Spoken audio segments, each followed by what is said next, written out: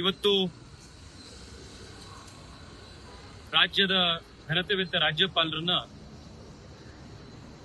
ಬೆಂಗಳೂರಿನ ಮತ್ತು ರಾಜ್ಯದ ಸಾಕ್ಷಿ ಪ್ರಜ್ಞೆಯಂತಿರುವಂತಹ ಸಮಾಜದ ಬೇರೆ ಬೇರೆ ಕ್ಷೇತ್ರಗಳಲ್ಲಿ ಅವರ ಇಡೀ ಜೀವನದ ಸಾಧನೆಯನ್ನ ಮಾಡಿರುವಂತಹ ಸಮಾಜಕ್ಕೆ ಸೇವೆ ಮಾಡಿರುವಂತಹ ಹಿರಿಯರುಗಳ ನೇತೃತ್ವದಲ್ಲಿ ಸರ್ಕಾರ ಇತ್ತೀಚೆಗೆ ಪಾಸ್ ಮಾಡಿರುವಂತಹ ಕರ್ನಾಟಕದಲ್ಲಿ ಬೆಂಗಳೂರಿನಲ್ಲಿ ಉದ್ಯಾನವನಗಳ 5% ಜಾಗವನ್ನ ಬೇರೆ ಇನ್ಫ್ರಾಸ್ಟ್ರಕ್ಚರ್ ಪ್ರಾಜೆಕ್ಟ್ಗೆ ನಾವು ಅದನ್ನ ಡೈವರ್ಟ್ ಮಾಡಬಹುದು ಅನ್ನುವಂಥ ಈ ಕಾನೂನನ್ನ ತಿರಸ್ಕಾರ ಮಾಡಬೇಕು, ಇದನ್ನ ಅಪೋಸ್ ಮಾಡಬೇಕು ಅಂತ ಹೇಳಿ ರಾಜ್ಯಪಾಲರಿಗೆ ಇವತ್ತು ಬೆಂಗಳೂರಿನ ಜನರ ಪರವಾಗಿ, ಕರ್ನಾಟಕದ ಜನರ ಪರವಾಗಿ ಈ ನಿಯೋಗ ಹೋಗಿ ಇವತ್ತು ಮನವಿ ಮಾಡಿದೆ.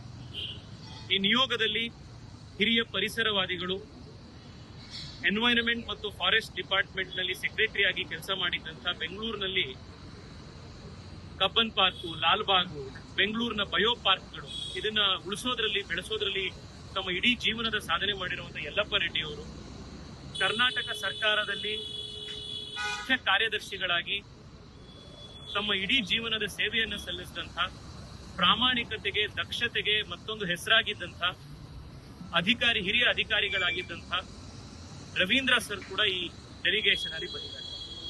IASC ಪ್ರೊಫೆಸರ್ ಆಗಿರುವಂತಹ ಪ್ರೊಫೆಸರ್ ಆಶೀಶ್ ವರ್ಮಾ ಅವರ ಟೆಕ್ನಿಕಲ್ ಸ್ಟಡೀಸ್ ಗಳ ಆಧಾರದ ಮೇಲೆ ಬರೆದಿರುವಂತಹ ರಿಪೋರ್ಟ್ ತೆಗೆದುಕೊಂಡು ಬಂದು ಗವರ್ನರಿಗೆ ಕೊಟ್ಟಿದ್ದಾರೆ. ದಕ್ಷತೆಗೆ, ಪ್ರಾಮಾಣಿಕತೆಗೆ ಹೆಸರಾಗಿದ್ದಂತಹ, ಬೆಂಗಳೂರು ನಗರದ ಕಮಿಷನರ್ ಆಗಿದ್ದಂತಹ, IPS ಅಧಿಕಾರಿ ಆಗಿದ್ದಂತಹ ಭಾಸ್ಕರ್ ರಾವ್ ಅವರು ಕೂಡ ಈ ನಿಯೋಗದಲ್ಲಿ.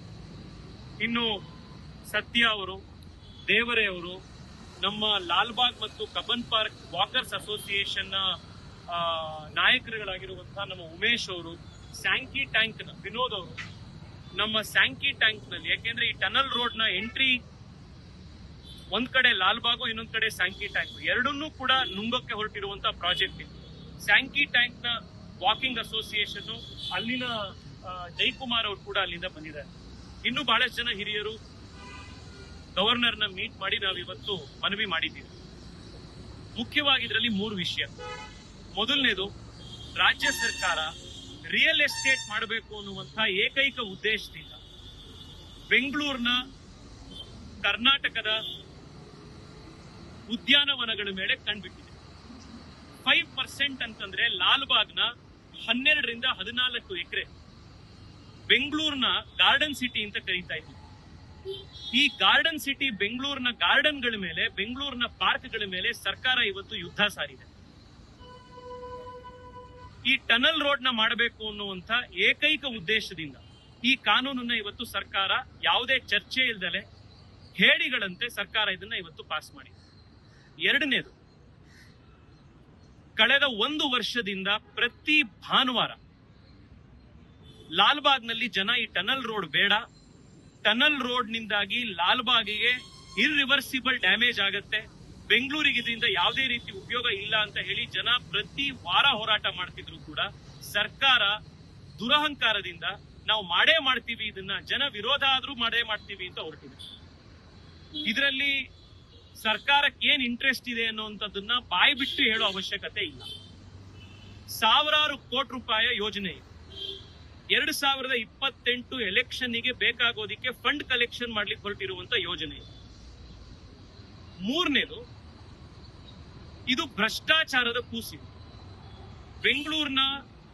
ಬೆಂಗಳೂರಿನಲ್ಲಿ ಇವತ್ತು ಜನಕ್ಕೆ ಉಸಿರಾಡೋದಕ್ಕೆ ಇರುವಂತ ಒಂದು ಸಣ್ಣ ಪುಟ್ಟ ಜಾಗ ಉಳಿದಿರೋದೇನೆ ಲಾಲ್ಬಾಗು, ಕಬ್ಬನ್ ಪಾರ್ಕು, ಇನ್ನೊಂದು 4-5 ಪಾರ್ಕ್.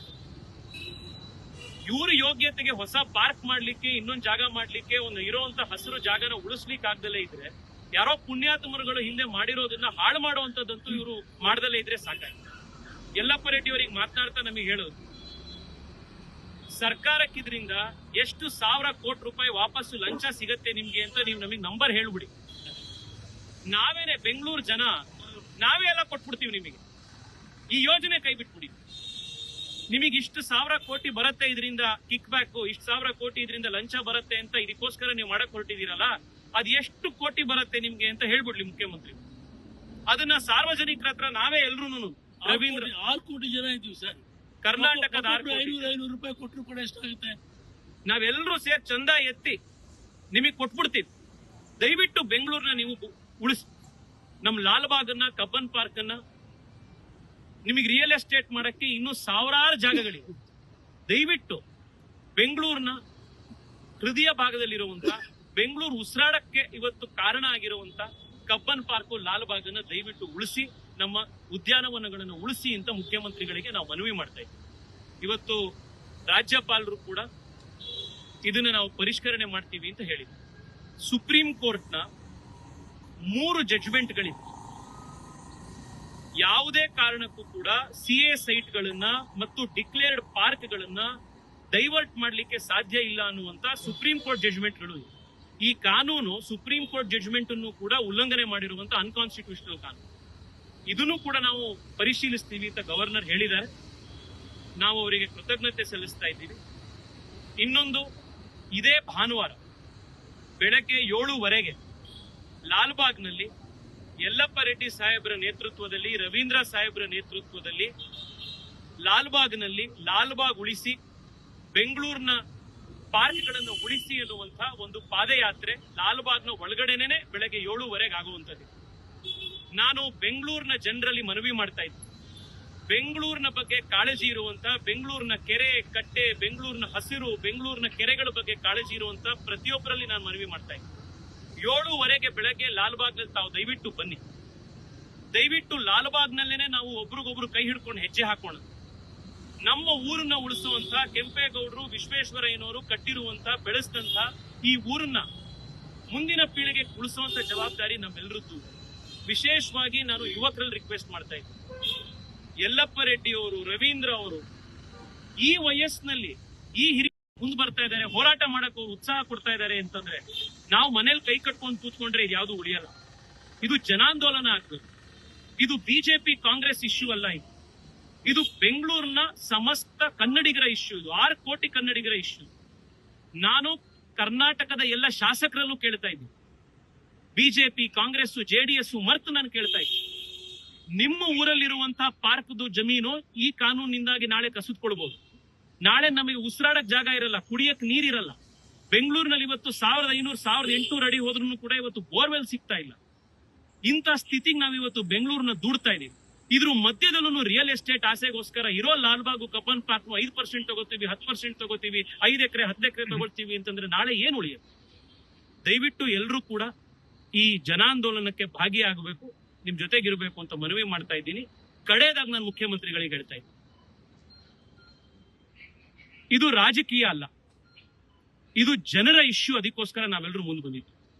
ಬೆಂಗಳೂರಿನ ಇಶ್ಯೂ ಅದಕ್ಕೋಸ್ಕರ ಮುಂದೆ ಬಂದಿದ್ದು. ಈ ಉದ್ದಟತನವನ್ನ, ದುರಹಂಕಾರವನ್ನ ನಿಲ್ಲಿಸಲಿಕ್ಕೆ ಜನಾಂದೋಲನವನ್ನು ರೂಪಿಸ್ತೀವಿ.